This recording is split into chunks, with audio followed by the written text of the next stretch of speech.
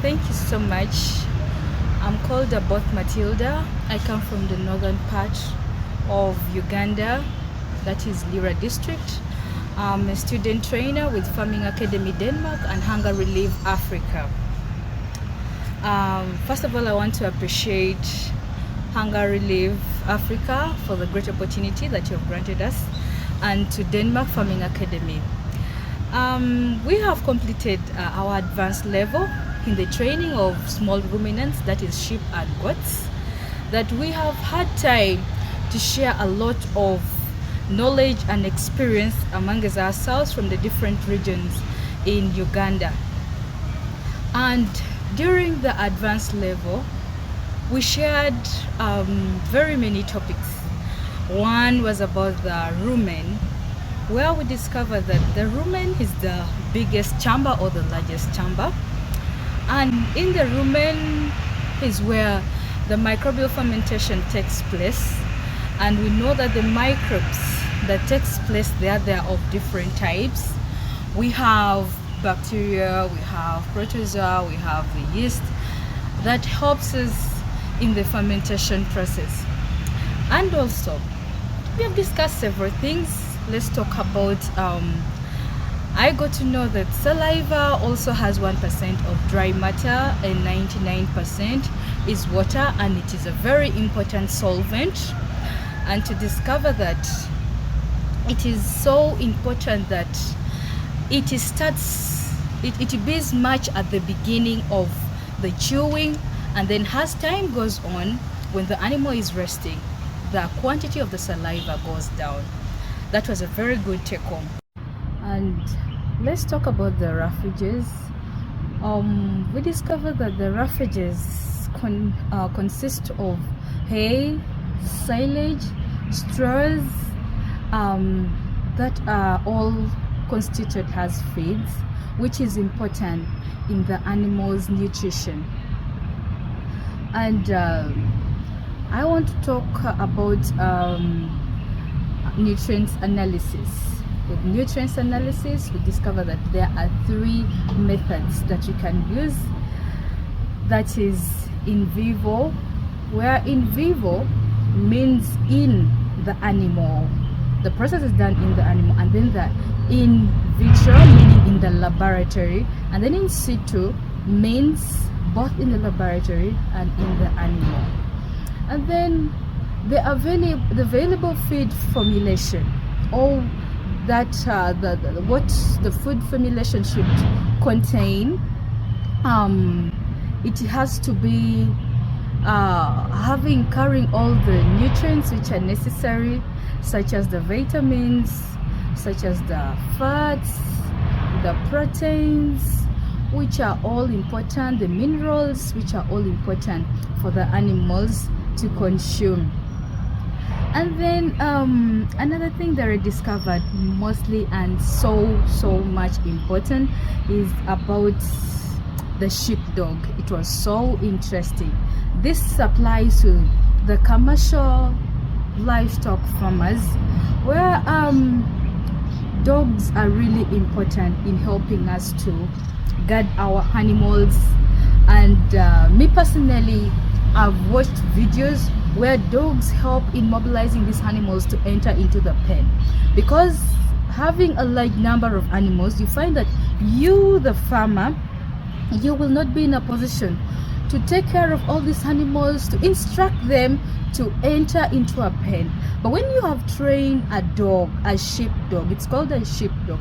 If you train the sheepdog, that sheepdog will play its very good role in assisting you, and your work as a shepherd will be very minimal in the farm, because this sheepdog will reach a point where the animals will get used to the sheepdog, and then it will simplify all your works.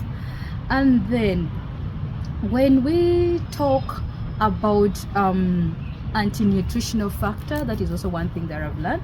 These are components that does not give any nutrients to the animals, but they have negative impacts to the animals, though they also have their importance. Yeah, they also have their importance if they are consumed in a smaller quantity but not in a larger portion, because when you consume it in much quantities, it will bring complications such as health complications and so on, and to animals and others. And also the reason why plants also produce these anti-nutritional factors, it's because they also want to protect themselves from being consumed by animals. And also they also protect themselves from the molds and other bacteria from destroying them. So you find for example, the like trypsin, which all these categorized under examples of nutritional factors. Then that is what I've also learned. Then another thing is I want to talk about the mold that is in the feeding, that some animals are very sensitive to the molds, especially to our farmers. Some animals are very sensitive to the molds, such as horses and some, or even the sheep, because if you look at them, they don't want to eat something which is not fresh. And as a trainer, I would recommend such feeds which are already associated with molds to be served to animals which has less value in the farm. Maybe talk of the animals which are now they no longer give birth. In human would say barren, but maybe when they're sterile, something like that, like they don't give birth in the farm, you give them such food. And also to recommend is let's give water ad libitum and food so that our animals can access it at any time.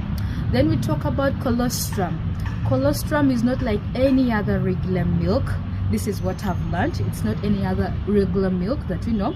So we really encourage our farmers, and even us as a trainer, that in that first hour of lambing, or the sheep has given birth to the lamb, we should try with all our possible means as a shepherd to give the first milk let down to the lamb, because this colostrum, it is really important to prevent some infections from attacking the animals. And also it gives energy to the lamb.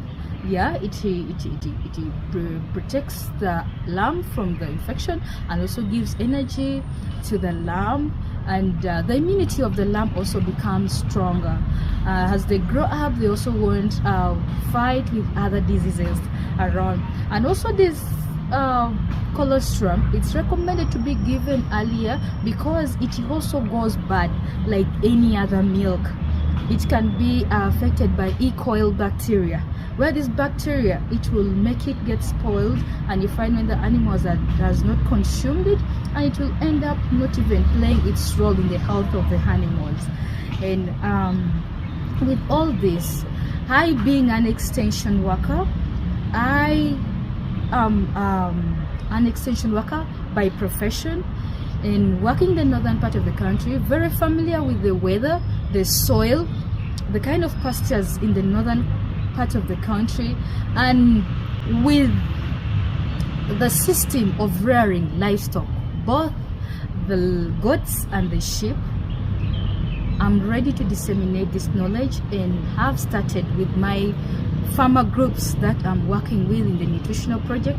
I'm already starting to do this needful in the community, and the community are very pleased with this project, because they have never had such opportunity to get into this kind of value chain, livestock value chain, and also training basing on livestock. As I told you, that most of the people in the northern part of the country, they carry out livestock not as compared to the farming or to the farming practices, because they are mostly crop farmers. But the ones who are there, they are really willing to invest in their time. Thank you so much, Farming Academy. Thank you so much, Hunger Relief Africa. I'm so grateful for the knowledge and for the take home. I've started loving dogs as the most caretakers and the guiding angels. Thank you so much.